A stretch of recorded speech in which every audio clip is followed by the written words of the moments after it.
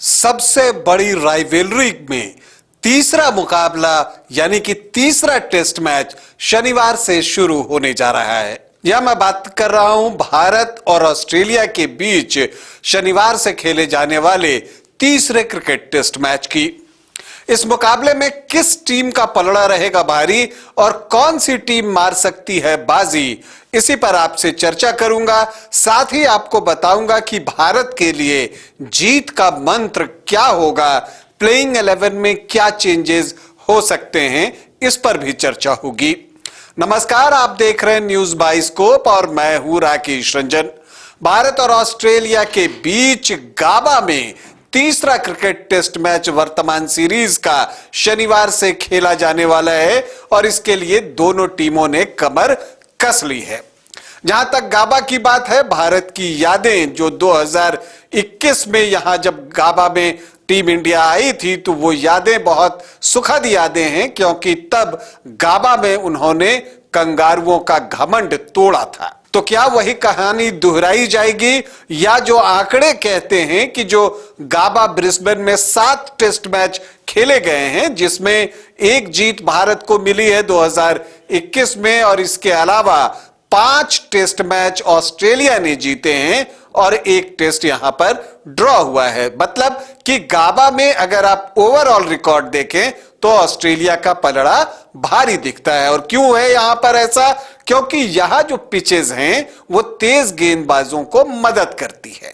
तो एक बार फिर से चिन म्यूजिक का सामना करने के लिए इंडियन बैटर्स को तैयार रहना होगा, क्योंकि गाबा में जो पिच होगी उस पर हरी घास होगी और वो भी लगभग 10 मिलीमीटर के आसपास फिलहाल यही दिख रही है। अब अगर मैच शुरू होने से पहले इसे काटा नहीं जाता तो ये 10 मिलीमीटर की घास ही रहेगी और ऐसे में बल्लेबाजों के लिए चुनौती बड़ी होगी। लेकिन ऐसा नहीं है कि यह चुनौती सिर्फ इंडियन बैटर्स के लिए होगी, ऑस्ट्रेलियन बैटर्स को भी भारतीय तेज गेंदबाजों की चुनौती का सामना करना होगा। क्योंकि इस सीरीज में जो पहले 2 टेस्ट मैच हुए हैं पर्थ और एडिलेड में, अगर उसे आप देखें तो बैटर्स संघर्ष करते ही दिखे हैं।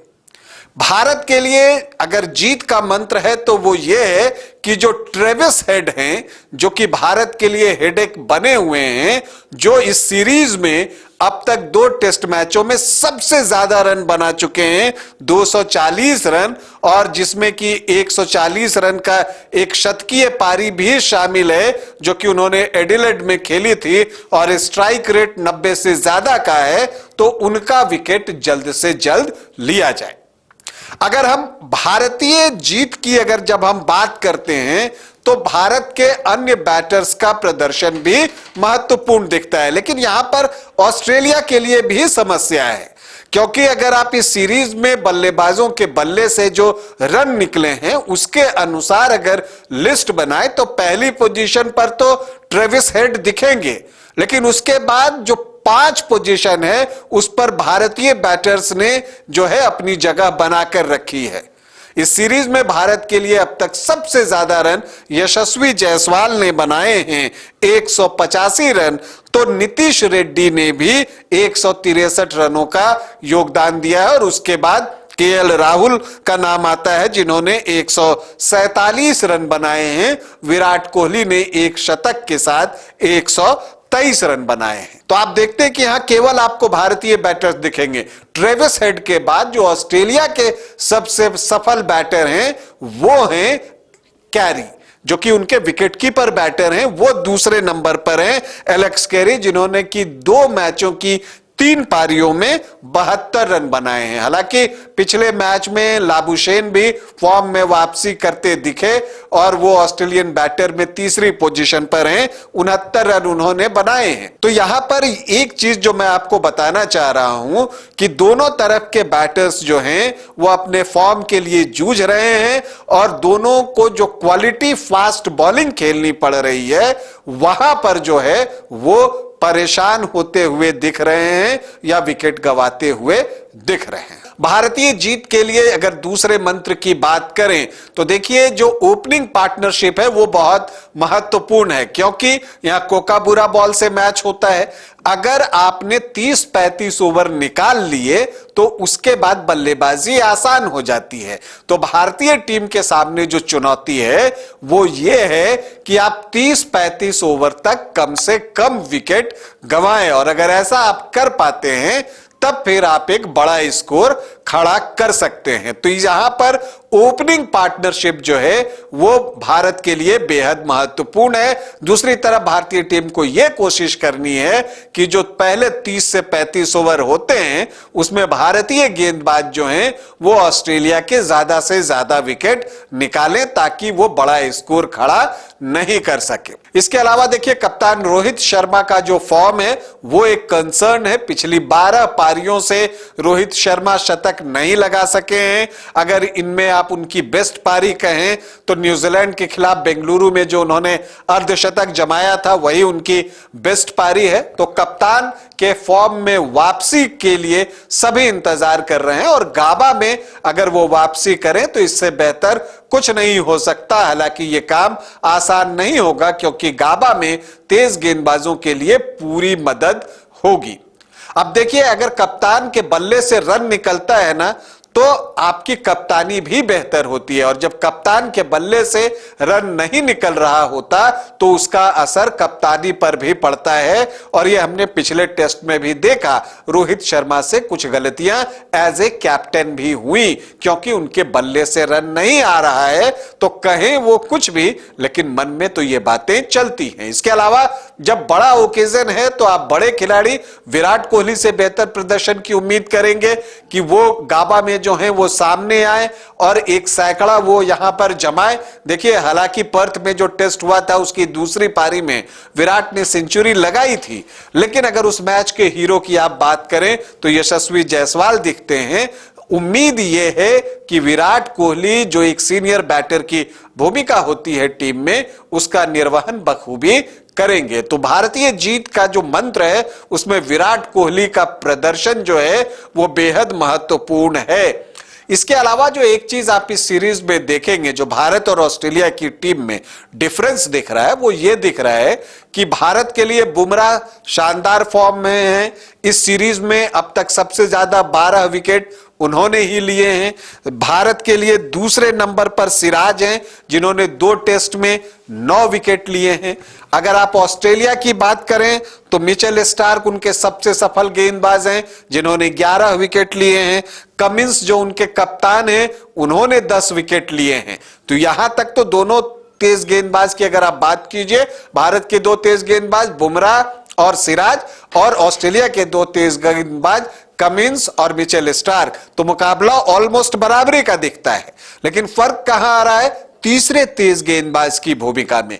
भारत के लिए इन 2 टेस्ट मैचों में जो कि हो चुके उसमें हर्षित राणा ने तीसरे तेज गेंदबाज की भूमिका निभाई, लेकिन वो 2 टेस्ट में जो है सिर्फ जो है 4 विकेट ले सके। जबकि जो ऑस्ट्रेलिया के लिए तीसरे तेज गेंदबाज की भूमिका निभाई, पहले टेस्ट में जॉस हेजलवुड और दूसरे टेस्ट में आपको बोलेंड थे, दोनों ने 5-5 विकेट लिए। मतलब जो तीसरा तेज गेंदबाज है वो 10 विकेट निकालने में कामयाब रहा, जबकि भारत के जो तीसरा गेंदबाज रहा वो सिर्फ 4 विकेट निकाल सका। तो ये एक चीज है जहां पर भारतीय टीम कमजोर पड़ रही है। वो जो बैकअप बॉलिंग होती है वो देखने को नहीं मिल रहा। आपको अगर आप नीतीश रेड्डी की बात कीजिए तो वो कुछ एक विकेट तो निकाल लेते हैं लेकिन इंपैक्ट उतना रहता नहीं है, और स्पिनर्स तो दोनों तरफ के अब तक बहुत काम करते हुए दिखे नहीं हैं। तो यह है भारत के लिए जीत के मंत्र कि जो तीसरा जो गेंदबाज भारत का होता है जहां उम्मीद है कि एक चेंज देखने को मिल सकता है। हर्षित राणा को इसलिए खिलाया गया था क्योंकि वो बल्लेबाजी भी कर लेते हैं, लेकिन ऑस्ट्रेलियन पिचेस पर उनके बल्ले से रन निकल नहीं रहा है। तो ऐसी परिस्थिति में हो सकता है कि यहां पर आपको आकाशदीप या प्रसिद्ध कृष्णा में से किसी एक को अवसर दिया जाए। तो एक चेंज तो भारतीय टीम में यह हो सकता है। और दूसरे चेंज की आप बात करें तो देखिए, अगर आप यहां गाबा की विकेट की बात कीजिएगा तो वो तेज गेंदबाजों की मदद करेगी। तो ऐसी परिस्थिति में भारत भी बैटिंग बढ़ाकर खेलना चाहेगा।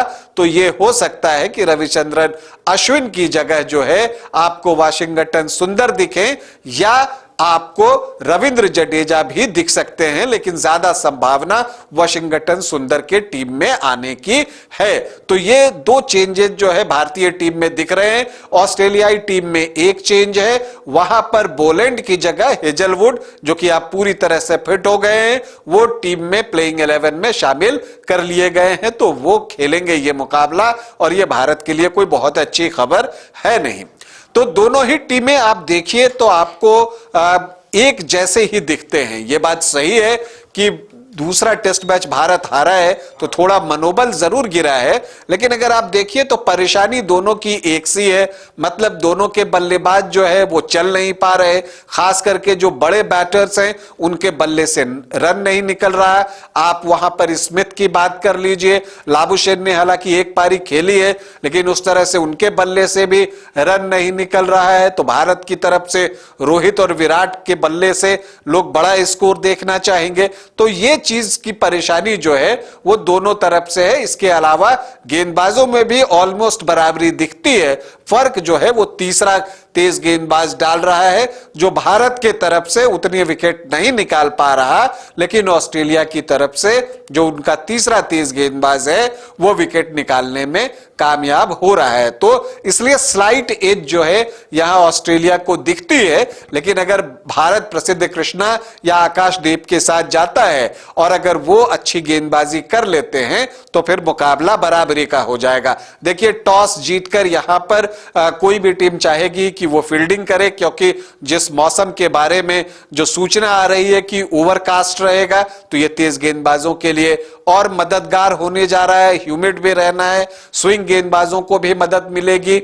और चूंकि ये दिसंबर में, मतलब पहले हाफ में गाबा में मुकाबला हो रहा है, तो इस समय विकेट फ्रेश होता है, तो आप और ज्यादा बाउंस की उम्मीद कर सकते हैं। तो अगर गेंद आपके नाक के सामने से गुजरे तो चौंकने की जरूरत नहीं है किसी भी बैटर्स के लिए, क्योंकि यहां पर चिन म्यूजिक जो है वो सुनाई दे सकती है। लेकिन जो भी होगा, मुकाबला बहुत दिलचस्प होगा, कांटे का होगा। एज स्लाइट आपको ऑस्ट्रेलिया की तरफ दिखता है, लेकिन भारतीय टीम भी ऑलमोस्ट बराबरी पर ही दिख रही है। तो ऐसे में अगर भारत जो है इस टेस्ट मैच में जीत हासिल कर ले तो चौंकने की जरूरत नहीं होगी। टीम इंडिया को हमारी ढेरों शुभकामनाएं। अभी आपसे अनुमति चाहूंगा, इजाजत दें, नमस्कार।